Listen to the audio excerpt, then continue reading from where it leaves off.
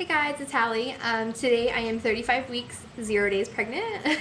Time is flying by and I'm very excited about that. A part of me wants it to be over quicker so that I can stop feeling so lousy, and a part of me wants it to be, well, of course, and so I can hold my baby.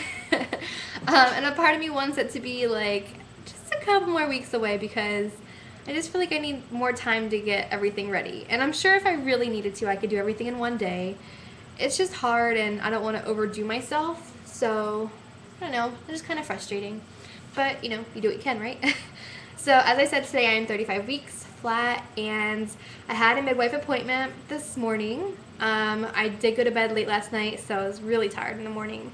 But I woke up, I took a shower, I VE'd, which I think I left the cream on just a little bit too long because I think I burned my skin, which is like kind of embarrassing because, you know, I figured she was going to do an exam, and I was like, man, she's going to see it. But she didn't say anything, so I'm cool. But she said she didn't care about hair anyway. She's like, everyone's always so concerned about hair. She's like, I don't even notice it, even if you have it. She's like, you could have like a bush, like. So they don't care. They see everything. But I know that. But just for me, like, I just can't. My legs were hairy. Everything else was good, though. So went into the office. I was sitting there. I worked on his shower blanket that I've been crocheting. It's slowly getting bigger. He's born in summer, so I don't have to have it done for a while, but still. Well, late spring. But yeah, like when I was sitting there, like I just started feeling my heart racing again. And it was weird because it wasn't like right when I sat down. I was already sitting for like 10 minutes, and I don't know, it was just really weird because like I didn't do anything extra special to exert myself or to overexert myself. Like, it's just, I don't understand like all the things that have been happening to me since I was like 31 weeks pregnant. So my heart started racing and I was like, oh my gosh, I don't want to faint here. I'm tired of going to labor and delivery. Like, you know, I feel like I'm being a pain in the butt, and I know like it's better to be safe than sorry. But like last night, like I had a million contractions. Like sometimes they were like 2 or 3 minutes apart, and some of them were really strong. And I said if they kept up for more than like 2 or 3 hours, then yeah, I was gonna call. But I didn't want to call because I was like, well, if I call, they're just gonna send me over to L&D, or they're gonna, you know, whatever. So, and I'm like, I don't want to bother people at 10 o'clock at night when they're probably sleeping or enjoying a movie with their family, or you know, whatever. So today I felt a little bit better once I got into the office, but then I laid down on the table while I was waiting, and the nurse came in and she's like, okay, she's like, I'm gonna take your blood pressure. I was like, okay. So she's like, you can, you know, stay as you are, just relax your arm. I said, okay. So she took my blood pressure. I think it was like 122/90. And I was like, how was it? Was it good? Because usually it's like 116 over like 67, 68. It's usually always between like 113, 116 and 60s or 70s. It's always really good. And she's like, actually it was kind of high. And I'm like, okay, what was it? And she said 122/90. And I'm like, well, 120/80 is average. But I'm like, it's not too terrible. Like, you know, the diastolic is a little high for me, but whatever. So she's like, have you been having any problems? And I told her about the contractions the night before, and she was really upset that like I didn't call or come in or, you know, whatever. And I told her about extra fluid. I told her about me just feeling dizzy and like I'm gonna faint. And it's weird because sometimes it's like once a day, sometimes it's twice a day.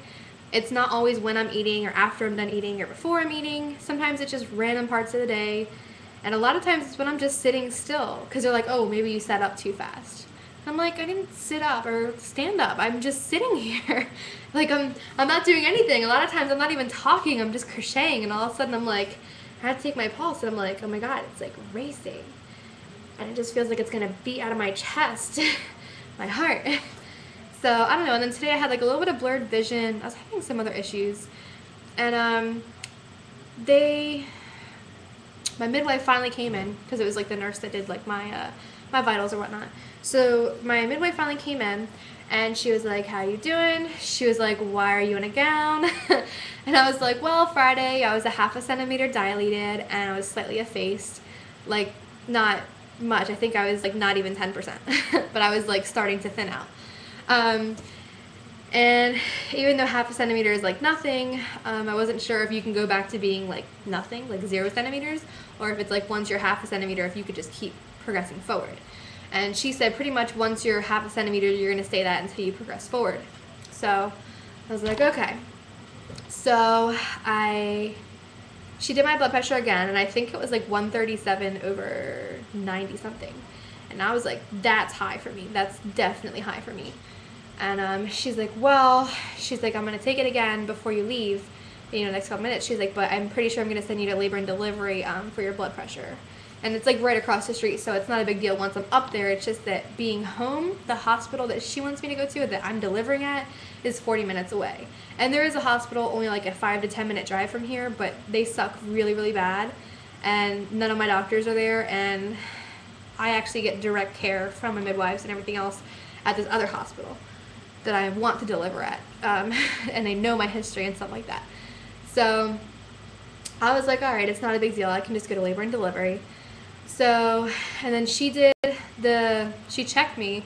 She's like, actually, you're about 50% face now.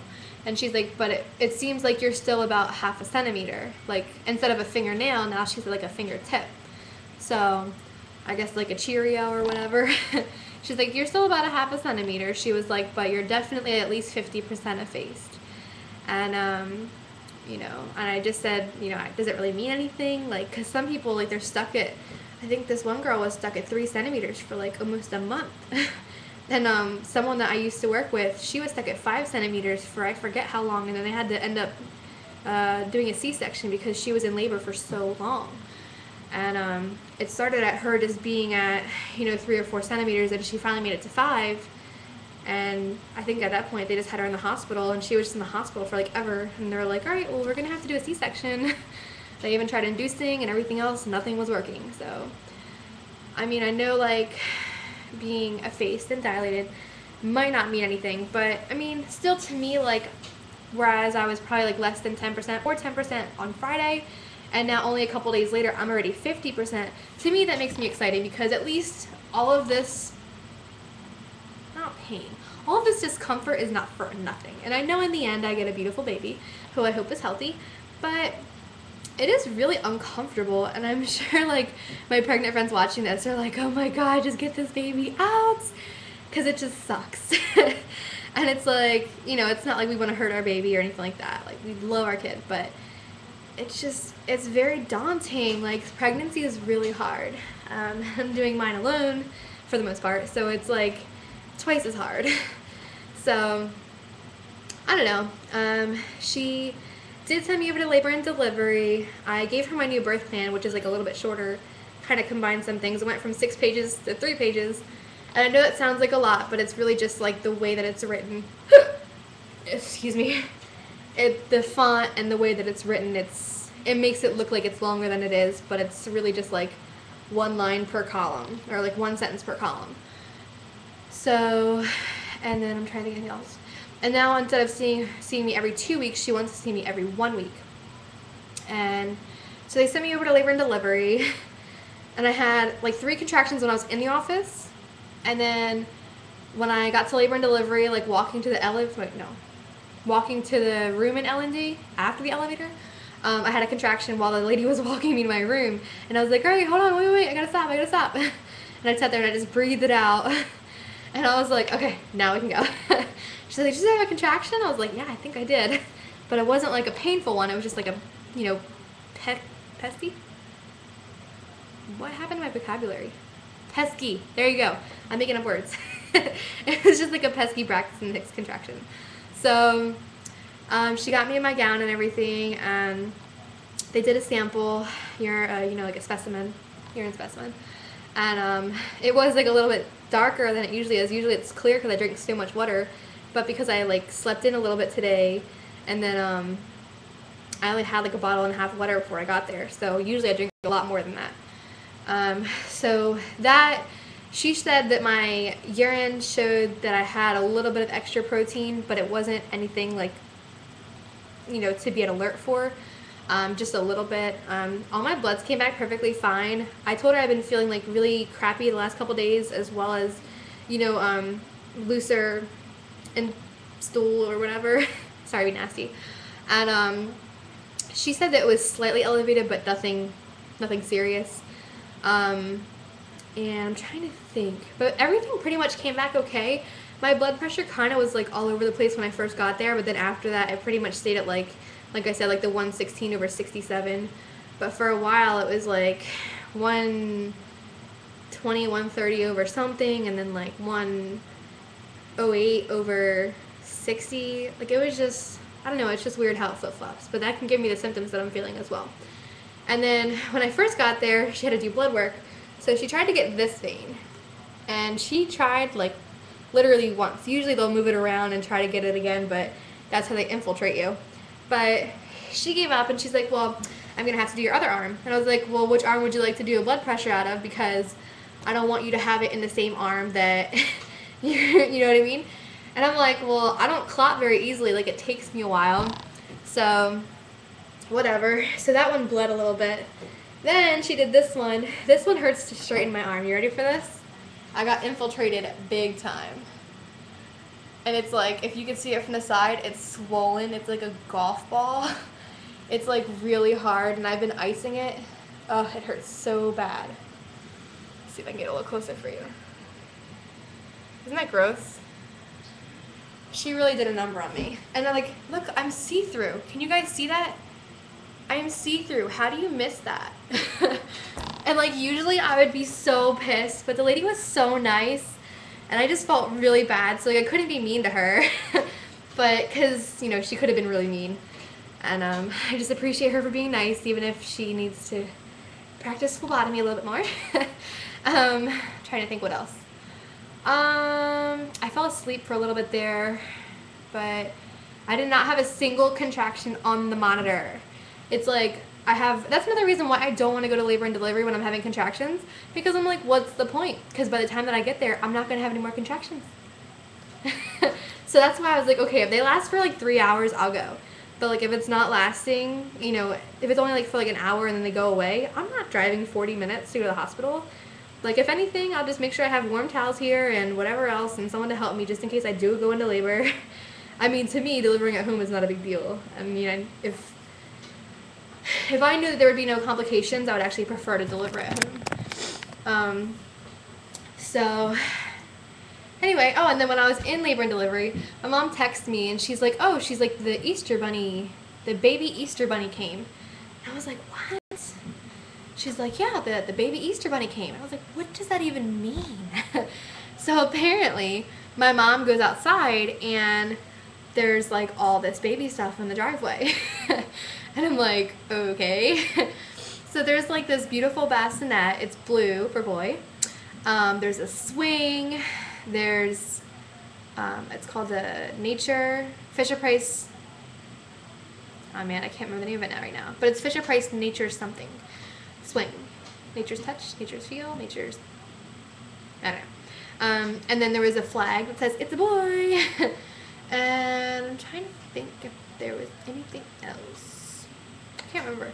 But my neighbor, she has a boy who's 7. I think a boy who's like 4-ish, 5-ish. And then she just had a girl who will be a year in like November, maybe December. So obviously she has this boy stuff that she doesn't need, and we don't know if she's done having babies or what.